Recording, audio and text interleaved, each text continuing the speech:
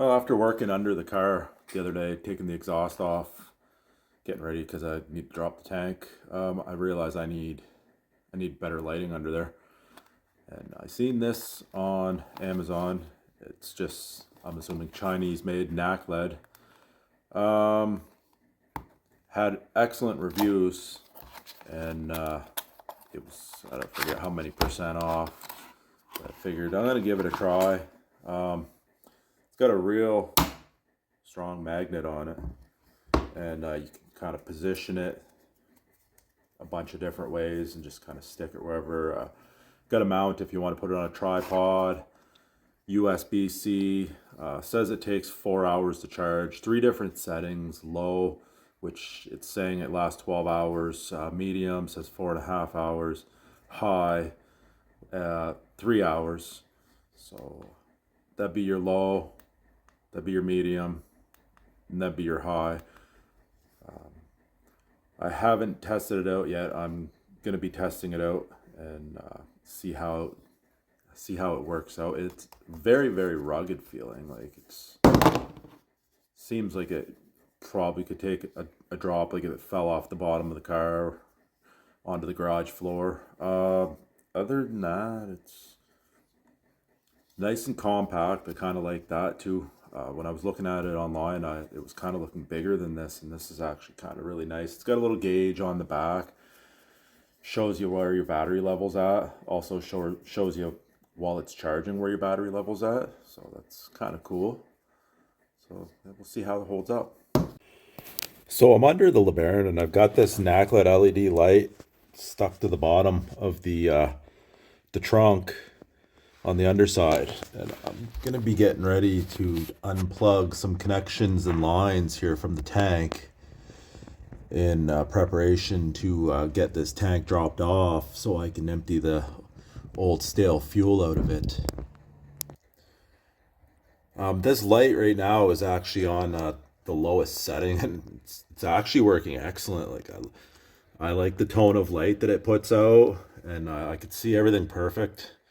And the fact that I've got both my hands and nothing that's just pointing everywhere that I don't want it to be pointing, or having to have like a headlamp on my head, like that's kind of a pain in the butt too most times.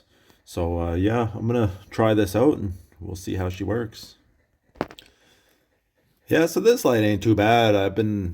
I use it here to get the electrical connections undone. I undid the clamps for the fuel lines. I really got to rig something up so that I can keep some things recording while using this right now. I'm holding my phone with my hands, so I can't really do a whole lot otherwise.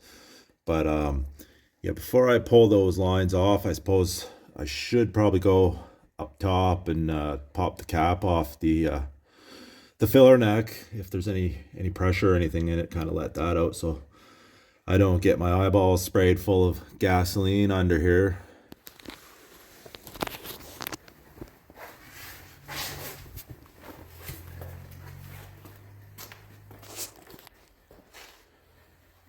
I already opened the door a while back.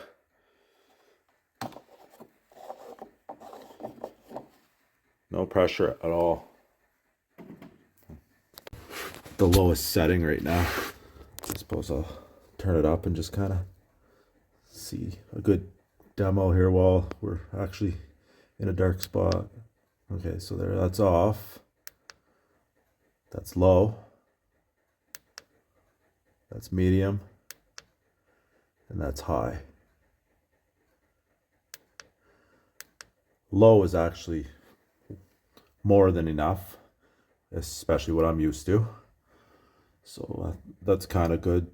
Hopefully this will have the longest battery life out of it.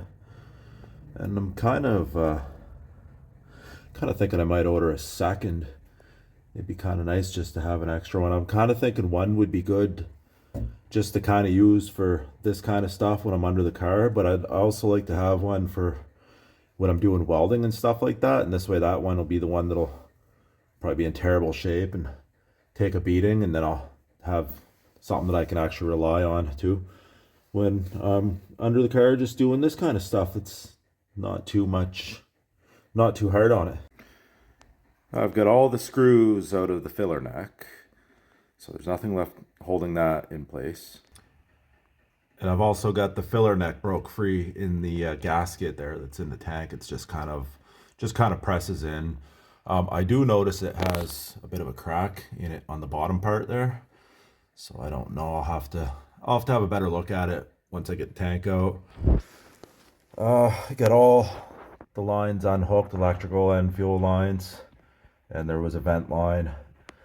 They're all pretty rough. I'm gonna actually replace those. I'm gonna wait till I get the tank off to get the other ends off of the sending unit and the fuel pump, just so I don't damage anything. Also,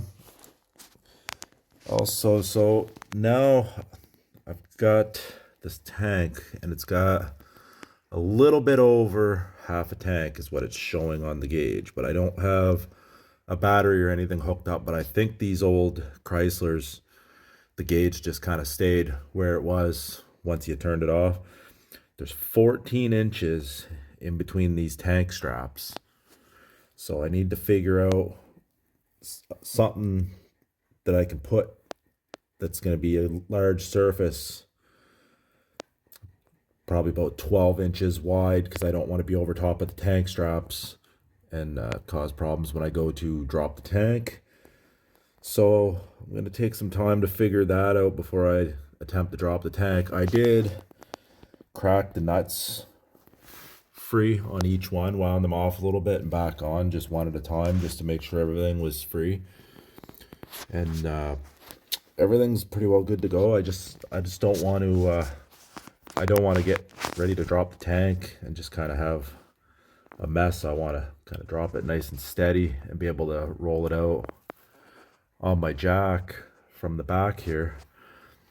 Also, another thing, when the gas come out of the lines, it was real black, and it's smells terrible. It smells terrible. It 100% has to come out of the tank. There's no way I'm gonna get this thing running and have it running good with that fuel that's in the tank. It's just not gonna happen. So I got a little bit done tonight. Tank's pretty well ready to come out. Like I was saying, just need to figure out a few things, how to do it without making a mess. And this little light, this is actually a pretty decent little light. I didn't use it for a whole lot of time, but the little bit that I have used it, just doing what I was doing, like, it's a pretty cool little light. I'm quite happy with it. It's stuck everywhere that I wanted it to stick. Didn't matter if there was dirt or whatever. Like, it didn't have to be a flat surface. It stuck there pretty good. I used it pretty well on the lowest setting the whole time. I tried the other settings just out of curiosity, just to see what it was like, and the lowest setting is more than enough compared to what I'm usually working with. So I'm quite happy with that. And it is quite rugged. I haven't dropped it or anything like that yet. So, I mean, time will tell with that. But no, I think it's going to be all right if the battery holds up, which I think it will. It's got a lithium ion battery, and I got a lot of lithium ion battery operated lights for my bicycles that I use. And I mean, I go out sometimes at night for some 4 or 5 hour rides sometimes, and usually they hold up pretty good. I usually get a good amount of time, and I'm usually running those ones on the medium setting. So, and they're roughly about the same size batteries.